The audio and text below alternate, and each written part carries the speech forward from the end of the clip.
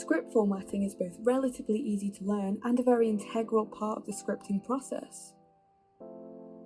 Many employers will actually turn your work away if it turns out it's not in the correct format, like in a Word document or Google Docs. A basic script always starts with a scene heading.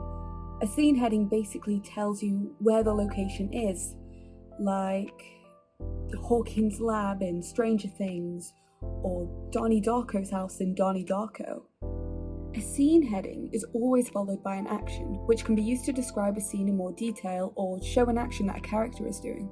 It can also be used to show when a sound appears, like a boom or a crash. A character name speaks for itself. It starts a dialogue off by telling the audience who is speaking at that moment in time. It can also tell you whether it is a voiceover or just a character speaking off screen. Parenthetical comes before the dialogue and shows what emotions the character is feeling. It can also be used to show how characters say things, such as whispering or breathing heavily. Dialogue is the words that the character says out loud, and is an extremely good way to convey your character to an audience.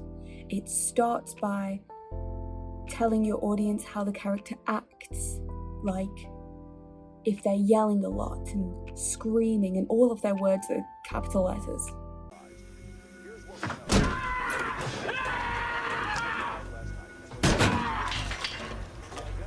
The last script format you need to know is a transition, which can fade out or fade in a new scene. Thank you for watching.